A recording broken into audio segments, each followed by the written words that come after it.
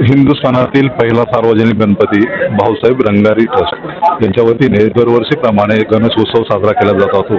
आज मंडळाचे विश्वस्त पुनीत बालंजे आपल्यासोबत आहेत। त्यांच्याकडून यावर्षीचा उपक्रमाविषयी थोडक्यात जाणून घेतो। हे बघा, दरवर्षीप्रमाणे यावर्षी पण पूर्ण वर्षभर थांबून अतुत्मी आपण वाट बघतो या दिवसाची। या दिवस आला आहे।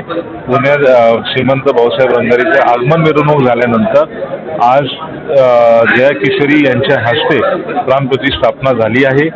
आनंद आहे की आपला लाडका बाप्पा आता रत्नमलमध्ये विराजमान झाला आहे। भाविकांसाठी पण आता दर्शनाची रांग सुरू झाली।